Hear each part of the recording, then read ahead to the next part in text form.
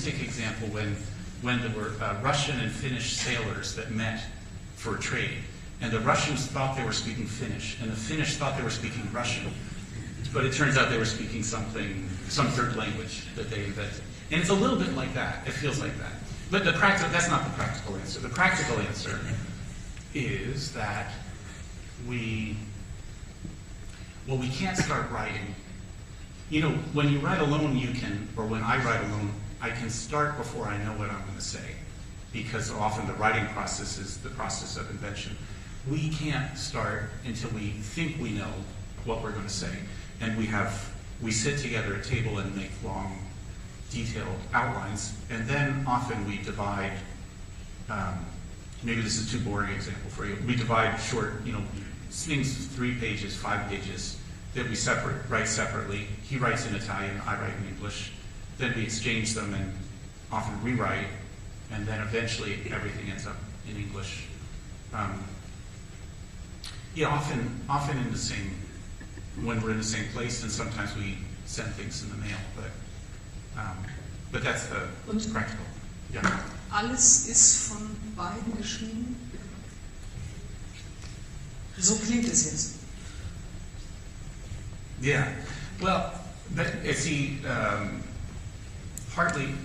I think the answer, generally we say, and it's generally true, that we can't remember who wrote what. Passiert auch Lenin und allein. Well, I've had that experience too,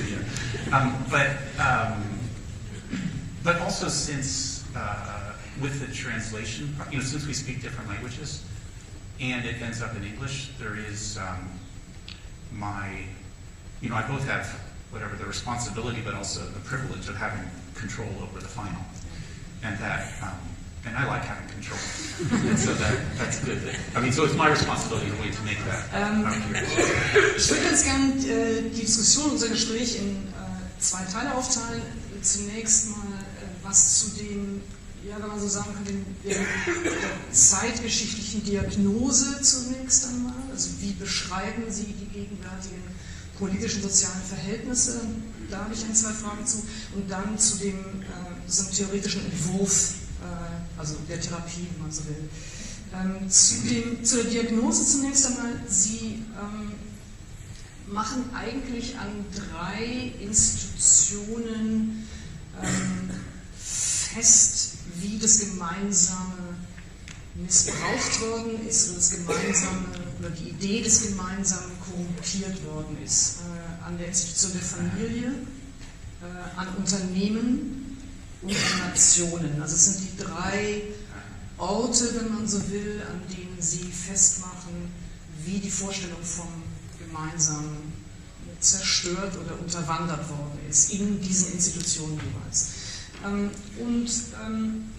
Sie schließen daraus, dass die globalisierte Lebensform sich einfach durch ökonomische oder politische Reformen nicht mehr allein korrigieren lässt.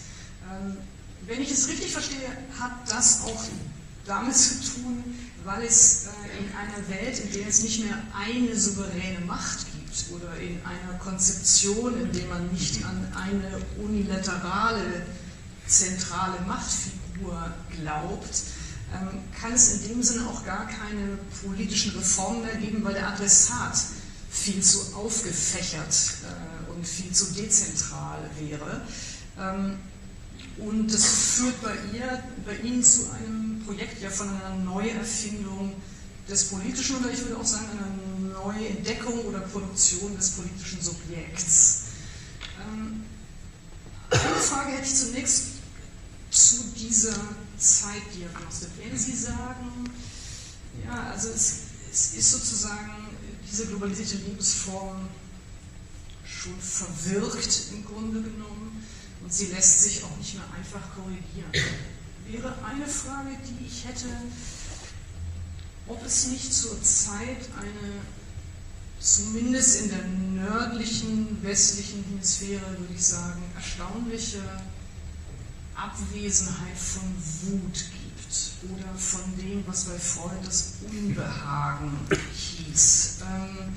oder in dem, was bei Wendy Brown das Haunting war. Mich würde interessieren, in Ihrer Zeitdiagnose und in Ihrer Theorie, wo ist der Ort für diese Art von Wut oder von Unbehagen? Oder es kommt relativ wenig, zumindest in diesem Buch, ins Blickfeld. Können Sie eine Erklärung dafür geben? Let me go back with the first bit about the, in a way it seemed to us, Tony and I generally have this problem that we feel, I think we end up acting in a kind of compensatory way against the, all of the, what should you say, the obstacles of the forms of domination seem so great to people today that we feel like we do extra work to convince that there are other possibilities. And so we sometimes, so in this book I was thinking this is one of the things we were thinking about writing it, and one of our criticisms that continues after finishing is that we focus too much on, in a way, the positive forms of the common, and not enough on because the common can be horrible, negative too. And so you picked up on very well something I think we don't analyze enough, which is these negative forms of the common, which we gave. There's one part in which we give this summary: the family, the work, let's say, or the corporation, and the nation.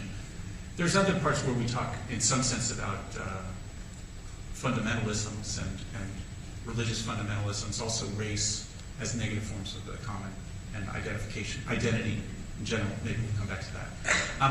And what we mean is that, like, think about work and the family, for instance. These are two, you could say this, it's pathetic that the two places in our lives that we most feel the common are the family and work. But what we often have is this situation in which, right, since we mentioned Arlie Hochschild before, in her other book, the Time Bind, about the family, work and family division, what you often have is people trying to flee the horrors of the family for work, like trying to work more so as not to be at home, or other people who are trying to flee the horrors of work for the family. And that it seems like that alternative, like if that's what we're left with, if only these forms of the common, which are corrupted, I don't know if corrupt is the right term, but what I mean by the family is not any form of kinship or intimacy. What I mean is the family that has been constructed through modern capitalist ideology, which is hierarchical and patriarchal and includes an extremely durable gender division of labor. That's what the family is today. And so it's a proposition, it's heteronormative, it's a proposition of the common in a way, but it's a false proposition of the common. The work too, you have similar kinds of social relations at work. It's a site of greatest cooperation for many people, is at the work. But of course it's a commanded cooperation that's disciplined and segmented. It would be similar to think about the nation, although no one seems to object about my saying bad things about the nation. A lot of people object about my saying bad things about the family. But about the nation, when one refers to, as has become sort of a certain fashion, thinking about the nation as an imaginary community, what seems to me pathetic is that the nation is the only community we can imagine. Of course it is an imaginary community, but it's in many senses, it seems to me a horrible and hierarchical and usually militaristic and all kinds of other senses about the community. So that was our attempt in a way to try to give some examples of ways in which the common can function in a distorted and negative fashion. There is sometimes rage against those. There is sometimes rage against the family and against its heteronormative structures, against its gender divisions.